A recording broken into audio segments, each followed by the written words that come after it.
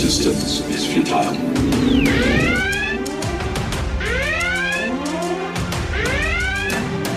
Boldly going where no show has gone before.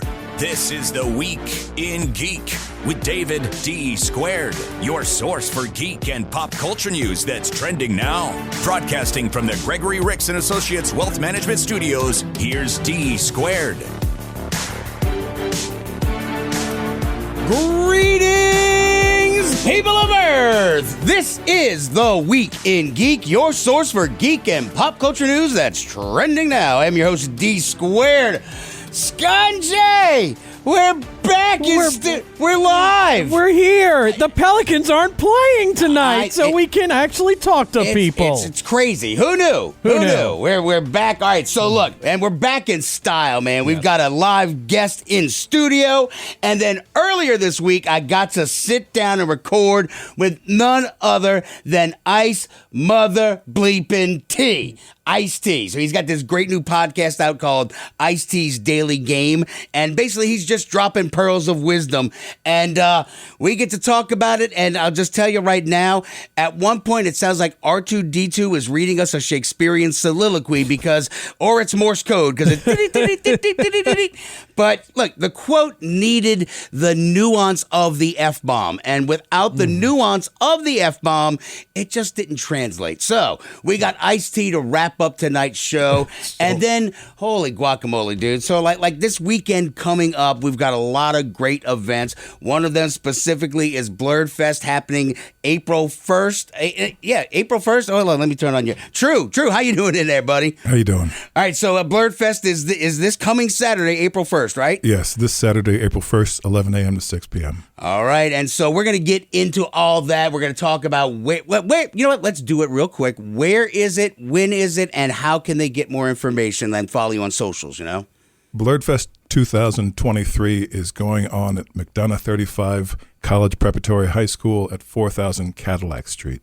All right, and you can go to blerdfestnola.com. That's BLERDFESTNOLA.com. There we go. All right, but first, let's do this. And now, your top nerd news stories from around the world, brought to you by the Viridian Tea Company. Find them on Etsy. And now, your top nerd news stories. All right, topping us off, Scungy, last weekend we didn't have a show, so we had free time, and I was actually looking for something else on the AMC app because, I had the day, and so, Dean and I, my 9-year-old, I'm like, well, hey, let's go see a movie. And so I'm like, oh, when does Dungeons & Dragons come out? I look on the app, it says March 29th. I'm like, oh, poop. Yeah. But then I'm looking at it, it says something about Amazon and a early screening. And so it says Sunday at 2:00. Now this was last Sunday, but I'm going, I don't have an Amazon account. I've got Paramount, I got Netflix, I got Disney Plus. You don't need to pay for another thing. Exactly. So I'm going, well, clearly I'm not a member of Amazon, so I probably need an Amazon account. But I'm like, let me just click on it anyway.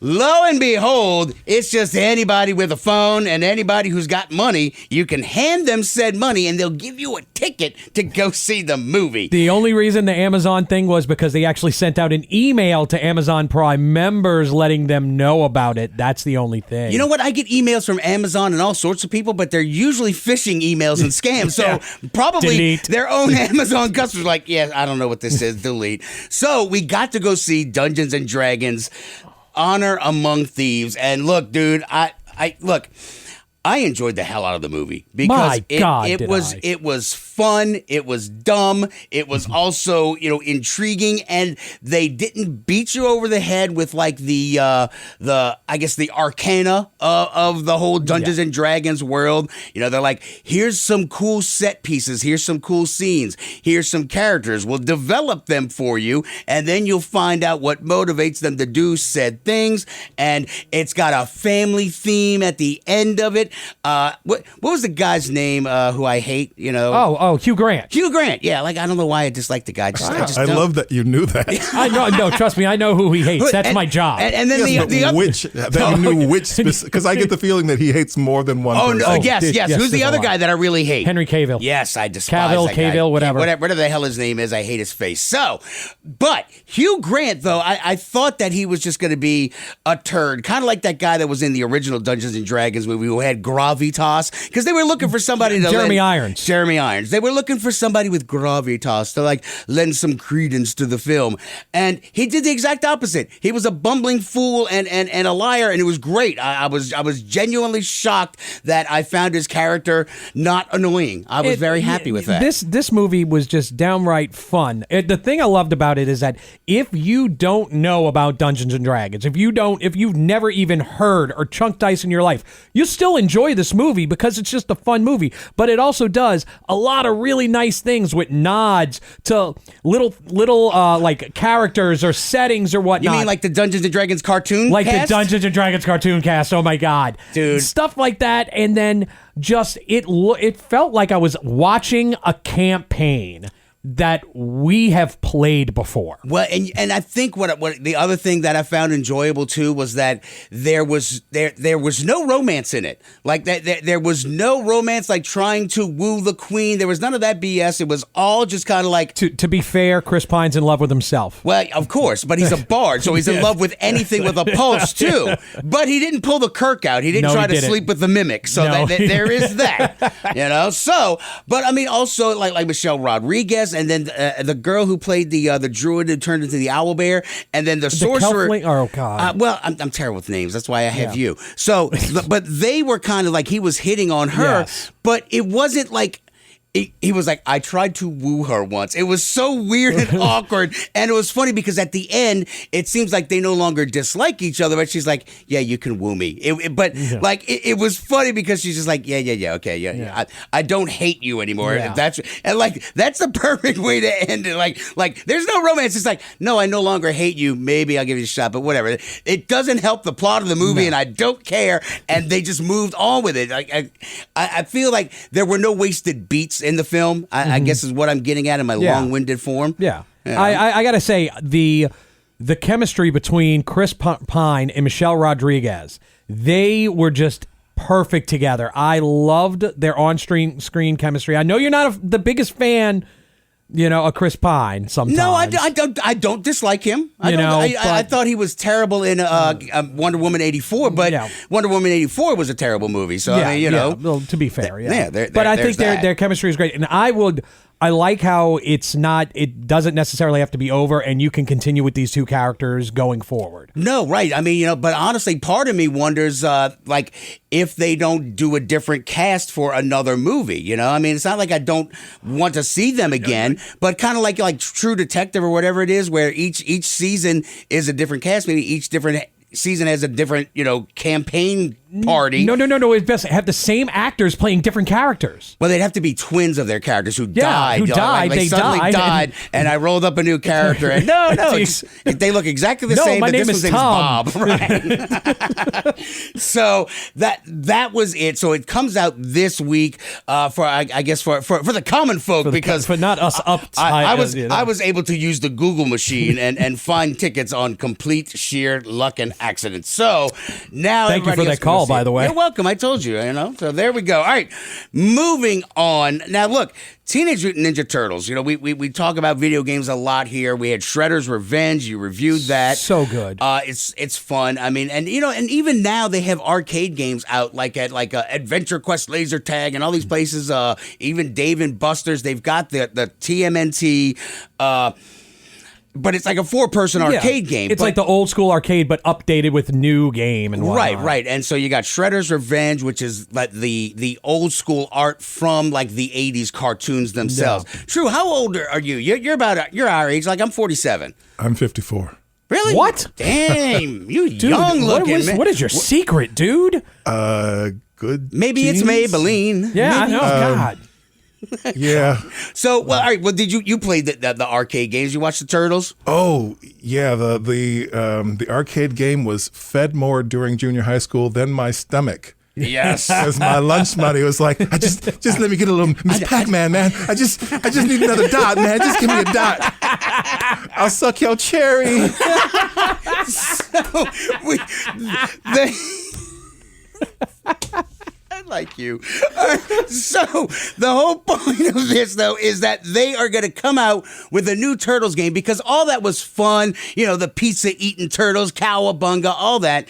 But if you've read The Last Ronin, which is a much darker Teenage Mutant Ninja Turtles series where Mikey is the last one left alive, Raph is dead, Leo's dead, Donnie's dead, and he is the cowabunga party surfer dude is now an angry turtle who is trying to avenge his dead brothers, and it's dark. Yeah. Dark. Very dark. That sounds great. And so they're going to make a video game of it a la God of War.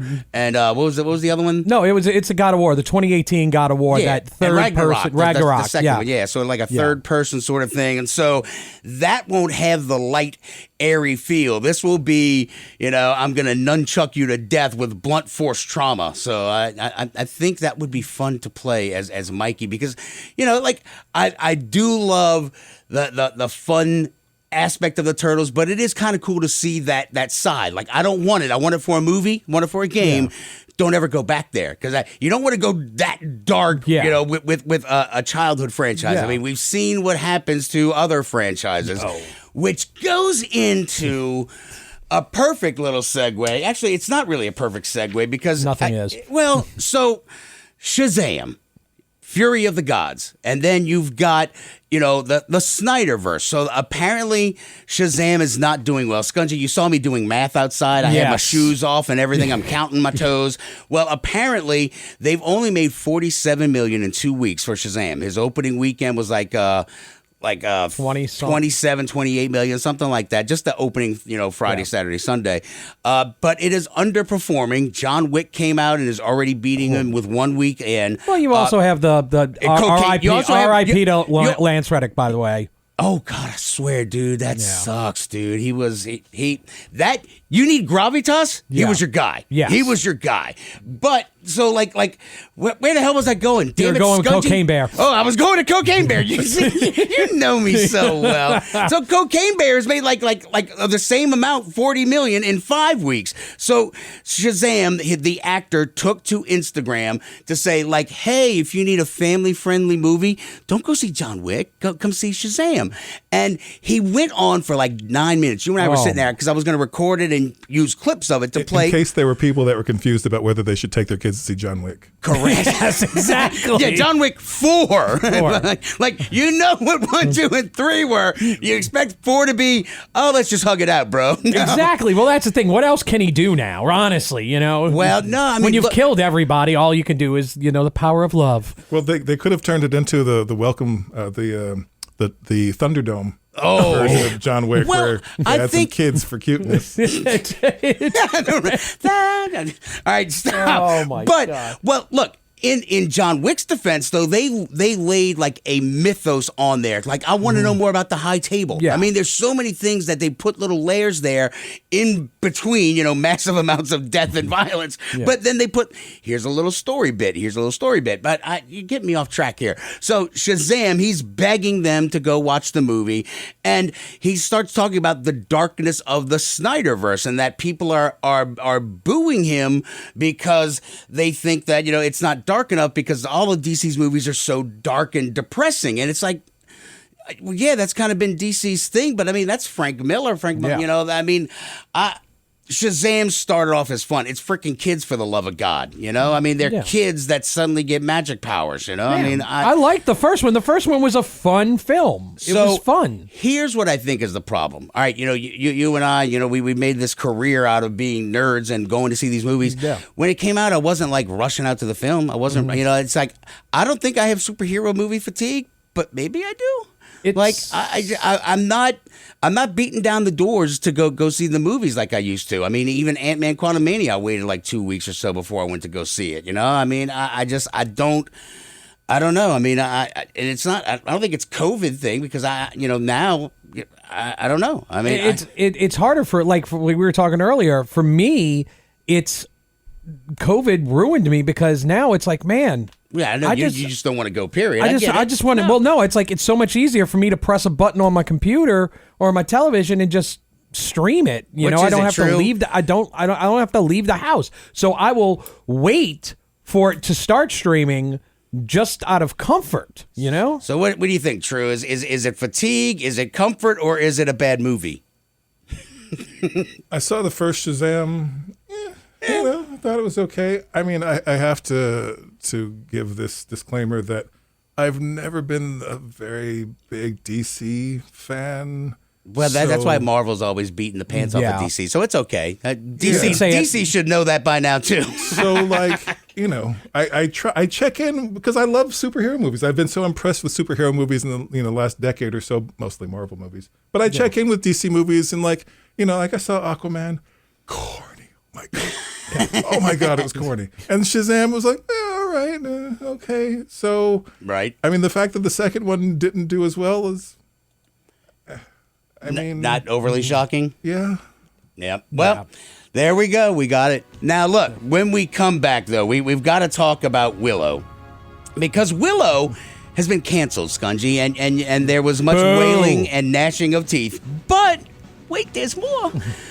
There's actually hope on the horizon for you, Scungy. The directors and writers have issued a letter, a proclamation, as if you will, as to why it's not really canceled. There's still life because the industry as a whole, the streaming platform, and Disney itself, whether it's a victim of its own success or they're just sometimes they suck at their job, which leaning towards, they have scaled back everything. So they've scaled back, and Willow is because, well, you know what?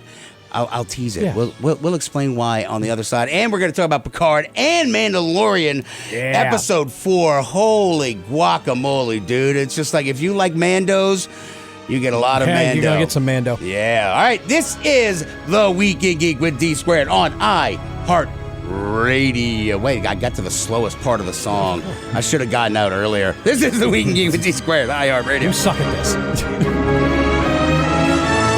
Serving the Louisiana hobby and games community for over 12 years, Gopher Games has prided itself on offering the very best in personalized customer service, unique experience-based events, and premium amenities for our Gopher Academy members, such as after-hours private gaming space, full immersion RPG room, rotating board game library, and coming soon a video game arcade. So join the Gopher community at 4953 West Napoleon Avenue. For more info, go to gophergamesnola.com or the Gopher Discord. Gopher Games, where you got game.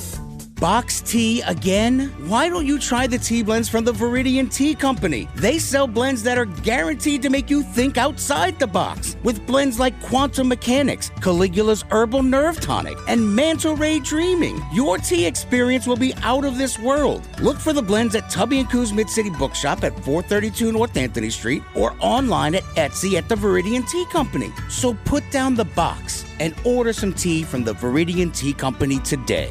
Sincerely, your taste buds. Now, from the Gregory Ricks and Associates Wealth Management Studios, this is News Talk 99.5 WRNO.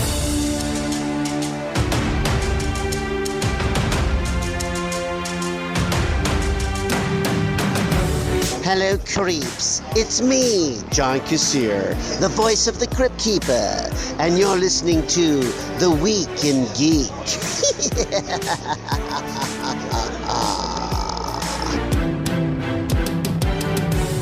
Welcome back in to The Week in Geek, your source for geek and pop culture news that's trending now. I'm your host, D Squared.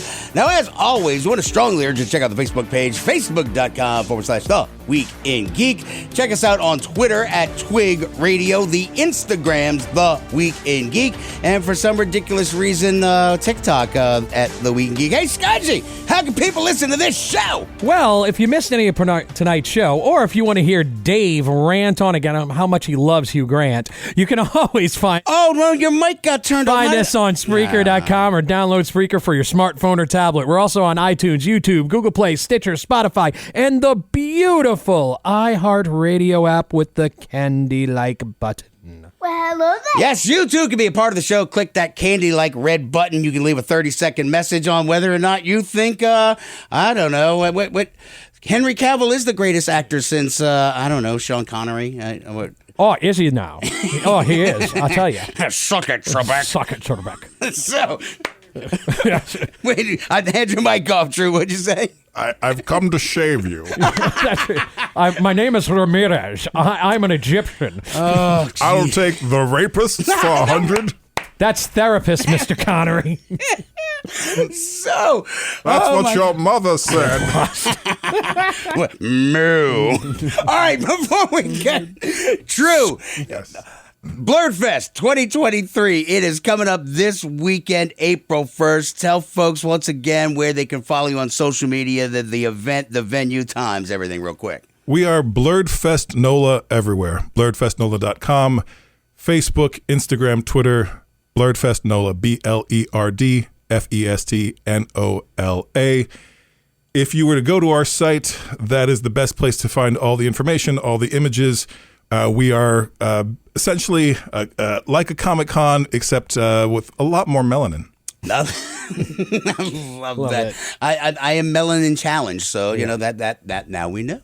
All right, now let's get into some spoilers. Okay, you want to start with Picard or you want to start with Mando? Let's start with Picard. We'll start with Picard. Yeah, so if you're watching Star Trek Picard, we were in episode 6 or 7, something like that. 4. I can't remember. No. Well, basically, to explain what happens now, you've already they've gotten rid of the Shrike. That's that ship that's been harassing them using the portal technology, et cetera, et cetera. We got Worf back, and now the gang is all back together because it ended with Worf coming back to Picard and Riker, and they're all on the ship, and they're one big happy family again. So now they're trying to get into the Daystrom Institute because they know that the portal technology might have only been a little, hey, look over here, look at this hand over here, and they're doing something even dirtier. Yeah, that's the word. So they go into the Daystrom facility. Now, hold on. This is mostly really just like Easter eggs because in the first thing they see, the Daystrom Institute is where they keep all the dirty secrets of the Federation, and one of them was the Genesis device from Khan. So they have that hidden away, and then they had the corpse of James T. Kirk, like. So somebody obviously went back to the planet and picked him up. I don't know. Disney's head maybe is in one of those vaults. I don't know. One of the things that's in that vault that we saw, it was from the 1970s. They did this helmet for Star Trek that had this stupid light on top of it. They had that in the vault. And I missed that. I did not see that. But then it turns out that, if you've paid attention or loved Star Trek since the 70s, then they pretty much hit everything because there was a Tribble in there. God, I'm scared of Tribbles now. I was never scared of them before. I didn't realize they had teeth under all that Neither did fur. I. Apparently they do. And maybe that's why Vulcans are actually afraid. Yeah. They're like, because Klingons. What did I say? Vulcans? You said Vulcans. Son of a biscuit. So, damn. Get your alien species right. Oh, man. All right. But then it turns out that they've taken Picard's corpse. So apparently it's like a corpse facility too. Like if you're famous and you die, you go to the Daystrom Institute and they freeze you there. Well, it's like the underground of Disney. It's like under Disney World. Oh, that's where they keep everybody underneath there. So, but the cool part about this episode is that you've built it now that apparently Picard is the key to all this stuff, and his son is apparently either he's nuts or he's something the changelings made. I don't know what's going on. I mean, I do enjoy the fact that there is still a good bit of mystery to this series, that I really don't know where they're going with all this. So I try not to overthink stuff anyway. I get the popcorn, I sit down and I watch the movie and I follow it. I don't like to dissect all the stuff. But in the same breath, when I'm dissecting stuff, they brought back Data again. Again. Yeah. I'm so tired of Data. I mean, what Brent Spiner, while he's an okay actor. I mean, he's got two personalities. It's either Data or the wacky scientist from Independence Day. Those are the two distinct characters that he has. Because if you look at Soong and Lore Lore and all them, they're they're just jerks of data. They're just more sedate versions of the crazy scientist over there at Area 51. That's it. Release. So I look.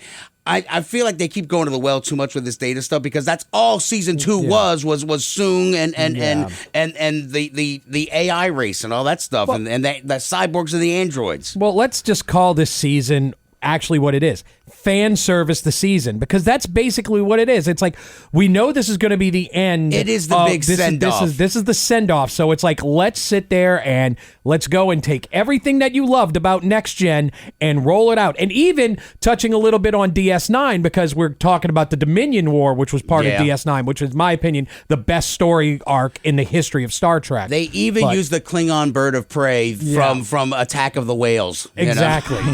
Exactly. I mean, save the whales. They even touch on that. They touch on that and going, oh, the whales, yeah. Yeah, the whales. Yeah. Nuclear vessels. The nuclear vessels. All right, so there you go. There's your spoilers. I'm very interested in seeing where they're going to go with this. Right. All right, now finally, let's go ahead. Look, it's not a whole lot of spoiling in Mando because, I mean, like that.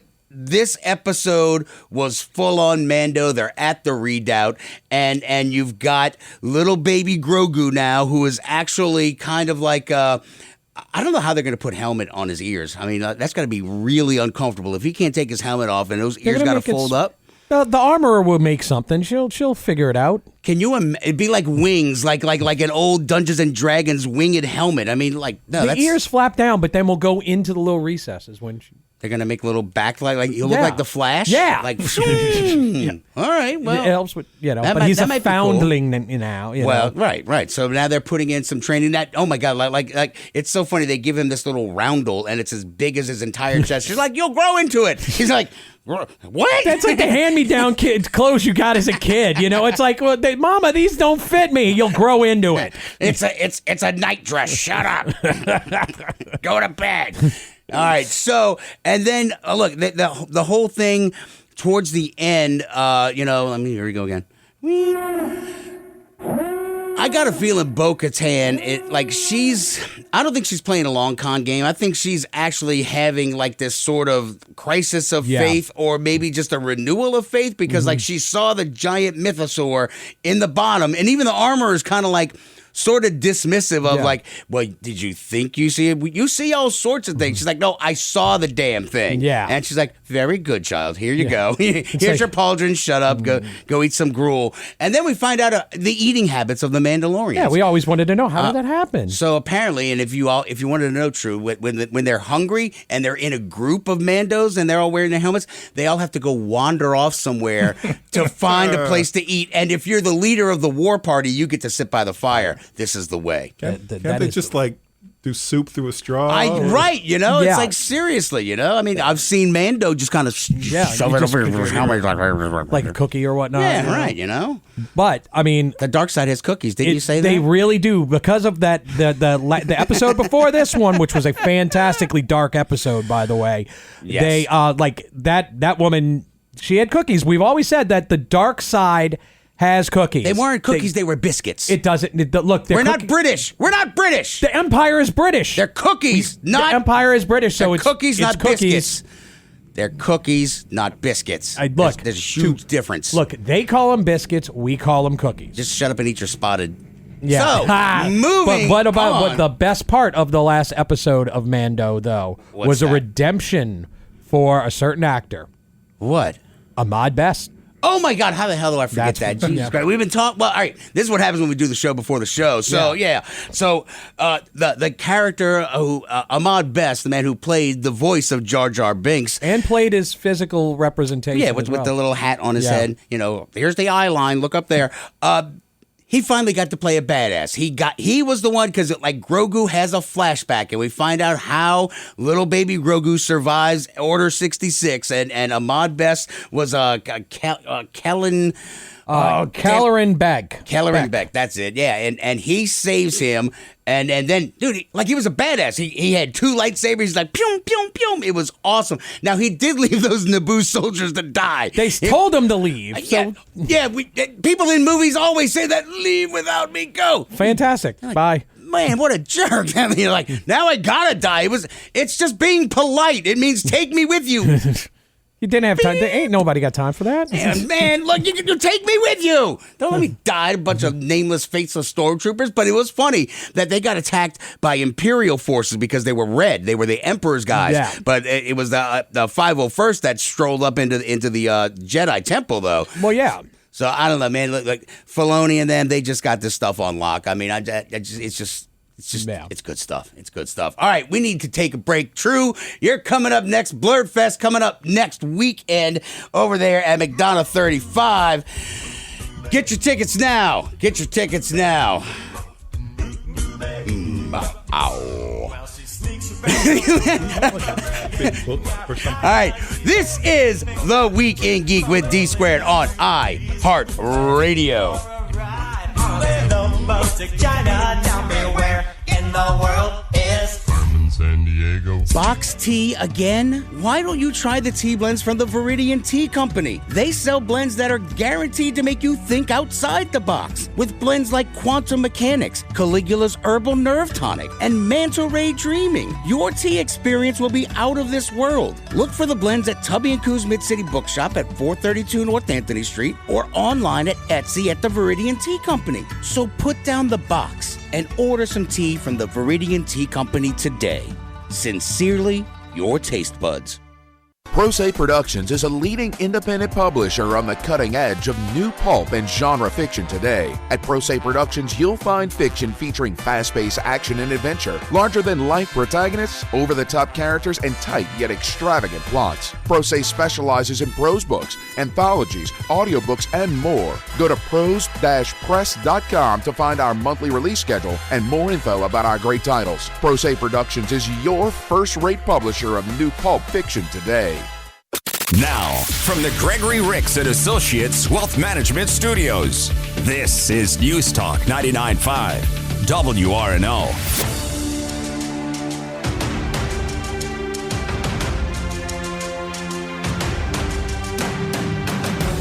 This is the Week in Geek, your source for geek and pop culture news that's trending now. Like them on Facebook and follow them on Twitter at Twig Radio. Do it now. Welcome back in to the Week in Geek, your source for geek and pop culture news that's trending now. I'm your host, D Squared. Now, you know, like, there are things that I really suck at, and that's teasing. Yes. Like, I open up the show, we got freaking Ice-T coming up, too. We got True coming up next with Blerdfest, and then we're going to wrap up the show with ICE Mutha F and the R2-D2 soliloquy. How long did it take you to edit that? About 30 minutes for about a 6.5 minute interview. Look, like, sometimes you need the power of the F-bomb to really make your point. Absolutely. So, but let's talk to our guest, True, with Blerdfest coming up this weekend, April 1st. True, look, so y'all started this back in 2019. Y'all had that first event, and then stupid-ass COVID popped up. And so you've been on a hiatus now, but now you're back. Tell the little folks about Blerdfest as a whole and how it started back in 2019, man. So I'm black and I'm nerdy, and I find that I'm most comfortable socially in spaces where those two things overlap. Okay. And I wasn't really finding a lot of that. If I went to nerdy events, I was the only chocolate chip in the cookie. If I would go to black events, that would be great, but, you know, you don't necessarily want to be the nerdiest person in the room. So finding a space in which I could be both black and nerdy, blerdy, was important to me. And I found over the course of my life that often I see voids where cool things could be. Right. And so I put all my energy into trying to fill that void with something that I think, that not only I think is cool, but something that I think can benefit a community and that other people would think was cool if it existed. Well, you know, it's funny. Like, I first heard the term blurred, I guess, about 10, 15 years ago. And I wasn't sure if it was, you know, like a slight. You know, I mean, really, because like that was something where it's just like, oh, you're black and you're a nerd. It's like, okay, and, you know, but and sometimes people take stuff and twist meanings though. But so I mean, like at first I didn't even want to say the word. I was just like, is it okay to say blurred? Like, is it okay? It's like, is that calling someone a wigger? Is that... Oh God. I don't think I can. I don't think I should. I mean, I think we're okay with that. Yeah, that word has a strange history. That's a hey bra kind of word. Yeah. Kenna bra. So I mean, just wanting to be in a space that didn't exist inspired me to turn to my community and say, "Hey, what do you think about this?" Right. And people were like, "Yeah." And so a bunch of those people and I got together. And we said, okay, so let's take this out of our heads and guide it with our hearts and create something in the real world that other people can experience. And on the surface, we're very similar to other established Comic Cons. Okay. But the thing that really separates us from those cons is that most cons look at being nerdy as like you have an interest in superheroes. And that's, sure, that's part of it. Right, but the Black community has more needs than that. So we're looking at the term nerd or blurred in a very much more expansive way. Like you can be a science blurred, you can be a tech blurred, you can be an opera singer blurred, a historian, an archaeologist. There are lots of different ways to be a blurred. And so we're trying to incorporate those right. elements. For kids, we bring in an educational component where we're focusing on STEAM, science, technology, engineering, arts, and math. So we're presenting educational content, writing workshops, tech workshops. You have doctors that are going to be doing workshops and events and stuff like that? Yeah, we're a 9-person planning committee with many more people beyond that. And a third of us have PhDs. We have an Oscar winner among us. Sweet. Who? Hannah Beekler. Really? Yes. Damn. She lives in New Orleans. She was our featured speaker in 2019. She was the first Black person and the first woman to ever be nominated for an Oscar for production design. Wow. Just at the same time that Ruthie Carter was being nominated as the first Black person, as the first woman for costume design. And they both won for the first Black Panther. And I saw that. And I found out she lived in New Orleans. And I was like, Hannah Beekler, we need you. Is Wendell Pierce involved? I have been trying to reach him. I've been trying like all of my social channels to reach out to everyone that I can think of, Wendell Pierce amongst them. Talk to me after the show. I have not yet been able to get a hold of him. We'll talk after the show.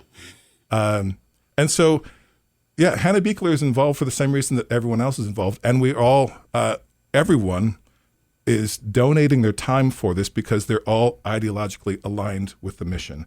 Hannah Beekler, and this was years ago before the last 6 films that she's done, she was getting paid $1,000 a minute to do what she came and presented to us because she lives here and she saw what we were doing and wanted to be aligned with that. And so she's awesome. Still a creative consultant.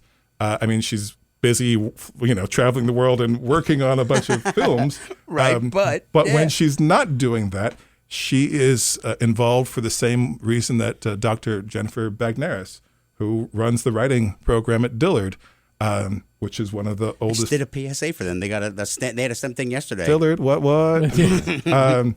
So you have these incredible people. You have Dr. Sunita Singh, who has a master's in public health, and she has a doctorate in public health as well. I hope I didn't mess that up. Sorry, Sunita. But she founded a nonprofit that uses AI to address poverty. What? I mean, if you go on our site, the very first page at blerdfestnola.com, you scroll down to the bottom after it says, what is a blurred, for people who don't know what is Blerdfest. You go down to the bottom and it says, who is Blerdfest? And it talks about all of these incredible people that are putting this together, like my friend, Dr. Crystal Bob Simple, who I've known for 26 years, I think. She's an incredible woman. She started a series of summer camps in Brooklyn, New York, that take these hundreds of kids and immerse them in an environment that essentially works on reading comprehension, but cloaked under mythological gameplay. So they dress up in costumes Shut and up. they travel through various parks and they meet mythological characters being freaking awesome. She does that around the country. She crap, does that that's for awesome. thousands of children. And essentially, she's Wow. getting them to better their reading comprehension skills by tying them into mythology. And she and a local author named Bernice McFadden, who I also know from Brooklyn before I moved down to New Orleans, they are working on this writing program called, it's a writing workshop called Every Hero Needs a Monster. Okay. And it has been sent out to educators around the city. It's essentially a writing workshop for kids and contest in which they can write a story, submit it to them, workshop it in the festival, and then get a cash prize at the end. And then have their work published and go out to kids in these camps around the country. Dude, this is amazing, man. Really. It is. I wish I could swear because I would say get it. it is bleeping amazing. Well, I mean, I think that, in our mind, we're always just kind of thinking cons, and it's always kind of like, basically it's a shopping mall, and here's some famous celebrities and stars, here's some money, take a picture.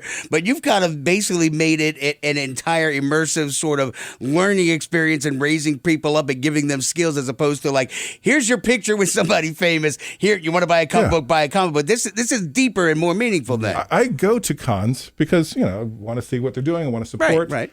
And a lot of them kind of feel like there is like a room with a bunch of people saying like, okay, so to really penetrate this market, we need to get into this city and get this venue, get these stars, sell this merchandise. Like, how do we capitalize on this interest? And how do we just sort of... My biggest knock on a lot of the cons has always been it seems rather antiseptic, where it's just kind of like here you go, here's a menu, you may order from it. But it seems like some of the old school cons that we grew up with, it was just an event. I mean, pre-internet, you can only see your friends at conventions like that. And so now, but this seems like it's really more of a community event, but also you don't have to like a comic book to enjoy yourself and learn something at Blerdfest. Yeah, one of the things that people who don't consider themselves nerds or blurds will sometimes say is like, well, I'm not necessarily into that whole superhero stuff. And I'm like, yeah, and not all of us are either, which is why our panelists are, like Kenitha Harrington is an archaeologist / anthropologist who does research on 1700s and 1800s African Americans in New Orleans. She actually, as a graduate student, found Marie Laveau's husband, who had been dead and gone for 200 years and lost to history. She traced the lines and the dots, and she came up with a plausible explanation of where he is now and what happened to him. And she is one of our speakers in our writers panel because she's writing a book on Marie Laveau. Dude, all right, this is awesome. So Blerdfest next weekend, April 1st. Now, where can people get more information, find the educational tracks that y'all are doing, the events that y'all are doing? Like, I'm assuming y'all have the whole shebang, all the panels up there. Where the whole shebang is at blerdfestnola.com, BLERDFESTNOLA.com. And we're Blerdfest NOLA on all the socials, Facebook, Instagram, Twitter. Site is best. The site is really it looks really nice. Like, Facebook, you're like, their format with a couple of your pictures, but like the site is more as a more accurate representation of the vibe that we're going for, who we are, what we're about, and why you should be down with us. Dude, I love it. And I feel we keep talking about archaeologists. I feel like we need to go to break with Indiana Jones, man. Yes, absolutely. Well, I don't know why archaeologists aren't more, appreciated in our society, man. But it should be. I mean, historians are like the bomb, man. And Indiana Jones made it so romanticized that, you thought that everybody would have grown up to be an archaeologist after watching that, Well, he was breaking into tombs, though, so, come on. Yes. You belong in a museum. He belongs in a museum now. Can I ask you one question about Indiana Jones? Yes. At the very beginning of the first film, he has a bag of sand and a solid gold idol, and he thinks to himself, maybe I need to pour a little sand out of this bag. Because I think this bag is just a teensy too much. Well, no, it's because of inflation. So the gold was worth more, so it was less sand, I guess. True. All right, when we come back, we got ICE Mutha Bleepin' T right here on The Week in Geek with D Squared on iHeart Radio. Listen to WRNO on the iHeart Radio app. Sponsored by Dudley DeVosier Injury Lawyers. Call 504-444-4444. That's 504-444-4444. Non-attorney spokesperson Chad Dudley, New Orleans. Nord presents its 10th annual family-friendly Easter celebration Saturday, April 1st from 10 a.m. until 1 p.m. at the following parks: Joe Brown Park in New Orleans East, Lafitte Greenway in Mid-City, and Morris Jeff Park on the West Bank. Children of all ages, bring your own basket and search for Easter eggs filled with candy and prizes, and look out for the coveted golden eggs at each location. Also enjoy fun activities like face painting, spacewalks, refreshments, and more. Nord Easter celebrations are free and open to the public. Visit nordc.org for more information.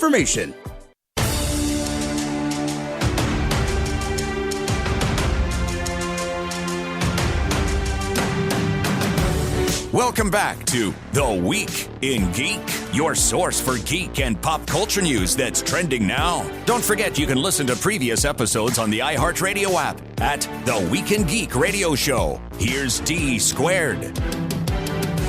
Welcome back in to The Week in Geek, your source for geek and pop culture news that's trending now. All right, we got Ice-T. Now, Scungy, I had to record with him earlier this week, and you can just tell right out of the gate I'm just like super jacked up to talk to Ice-T. So without much further ado, here we go. All right. What's up, D? Yo, what's up, man? Hey, look, we're recording, so don't worry about it if you curse. I'll bleep it out. We good, all right? I don't curse. Yeah, my ass, you know. All right, in 3, 2.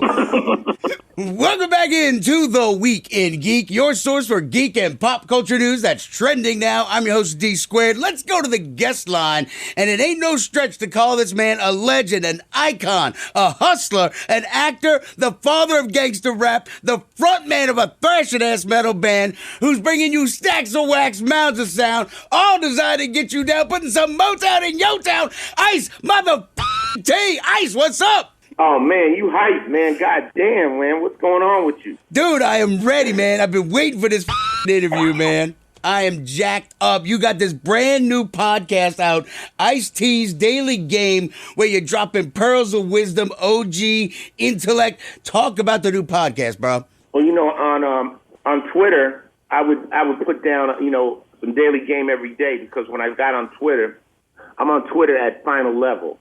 And when I would get on there, I said, I need something that'll make people come back to my page every day. That way I'll build followers. So I decided just to drop some game every day, game I got from different people. I'm quoting people like everybody from Aristotle, Socrates, Benjamin Franklin, to Steve Harvey, to Tyler Perry, anybody, and myself, and just players I know in the streets that gave me different pieces of wisdom. And I was doing it for years, and then iHeart Radio got at me and said, well, first off, people said, why don't you make a book? Okay. But I'm like, people don't read books. Like, if you make a book, they'll say, where can I hear it? You know? Right, so I said, so iHeart said, let's do these Daily Game podcasts. They're only 3 to 5 minutes. And I come in, I drop a jewel on you. That's what we call it in the streets when you say something that you should hold on to. It's a jewel. And I explain them. And they're on and off, and you can take them or leave it, but it's a little wisdom a day, and you can listen to them every day, or you could come back at the end of the week and listen to 5 of them. It doesn't take that long, and it's a big success. Well, I love that it's bite-sized, because really, yeah, it's only like 3 to 4 minutes. You can jump in, jump out whenever. Look, I compiled a couple of quotes from you. And this one's from John Quincy Adams. Try and fail, but don't fail to try. But then another one from Conan O'Brien about harnessing your fears. Did you ever fear playing a kangaroo in Tank Girl, man? Absolutely. Absolutely. I was like, a kangaroo? Like, are you kidding me? But then when I found out how much they were paying me, the fear was gone. Well, that was like the first big paycheck, huh? Was that like you got paid like $1 million or something? Yeah, I was a big paycheck. I was working with Keanu Reeves doing Johnny Mnemonic. And, I didn't have anything against kangaroos, I was with it. So I had fun with it. But, Yeah, you got to get over your fears. You know, you're definitely not going to do anything by not trying. Well, you know, and look, what another one that you had in there, and look, man, like my 17-year-old, I told him I was going to interview you, and I sent him a link to Body Count, and he goes, oh, that sounds like something you'd listen to, and then I'm like, it's ICE Mutha F, man. And so, look, another quote that you got, I got the Judgment Night playing in the background, man, with Disorder. When there's a quote you got here, let me bring the music down for a second. There's a quote you got where it says, I don't with people who with people I don't with. And I'm wondering, like, what if Tom Araya was somebody with somebody you didn't with? Would you have worked with him when you and Slayer got in the thing to do Disorder? No, I wouldn't have with him. But like Slayer's like your penultimate, man. That's kind of why you started, you know, the metal band, huh? I mean, would it have been tough? Well, no. I mean, you. The quote is, "I don't with people to with people I don't with." So it's kind of like, only reason I'm gonna deal with you is I like you. All right. Now, if you're connected to somebody that I'm not with, well, then we got a problem. You understand? And that and the degrees of that depends on what it is. It might be politics. I'm like, that's nothing. But if you're a friend of somebody that shot one of my friends, we're not making no music. You understand me? So it has to do with the degree of the infraction. I get you. I get where you're going from. Ice-T is, I guess, the Daily Game podcast. It's out now on the iHeart Radio app. And I guess one final thing before we let you roll out. I mean, I guess you got another theme, like real G's give compliments and things like that. I mean, like you got to give them out to people if you want to get it back, right? Well, no, a player is confident. People that are confident with themselves don't have a problem telling you good things. You know, insecure people have a problem. If you're with a woman and she can never compliment another woman, that's her insecurity, you know? Yeah. But if you have a beautiful woman and she can look across the room and say, wow, she's gorgeous, her dress is gorgeous, her hair is gorgeous, that's a statement of her character, and that's a good person. So you got to watch out for people who can't give compliments. There's something the matter with them. That is words to live by. Ice-T, look, thank you so much for your time, man. I just so much respect for everything you've done, man. Just keep on doing what you're doing, and man, I just love it, man. I need more metal in my life, so keep it cranking, buddy. Well, we're doing a new album right now, Merciless, Body Count. You know, Carnivore won the Grammy, and now we're doing Merciless, our follow-up album, so it's hard as hell. Love it. All right, dude. Ice, thank you so much, bro. Have a great day, man. Holy crap. Wait, your microphone's off. Hey, Did you really mention a kangaroo to the man? You're damn right. He played a kangaroo and Tank Girl. I had to ask. You got to find weird ways to talk to people about stuff like that. Dude, he was awesome, man. What, true? Would you give me the side eye? No, not at all. Blerdfest next weekend, April 1st, blerdfestnola.com. Go on out there and just enjoy, soak in the culture. All right, next week we got Bruce Campbell. Bruce Campbell? He's coming back again. I didn't scare him away. 2 times in 1 year or 2 years, whatever. Yeah. I'm no good at math. But then we got Frank Grillo and Michael Ironside, dude. Good Lord. All the crap. And we're gonna be in Lake Charles. Yes, CypherCon. Till next time, keep your nerd flag raised high. WRNO FM, New Orleans, an iHeart radio station. Available everywhere on our free iHeart radio app. #1 for music, radio, and podcasts, all in one.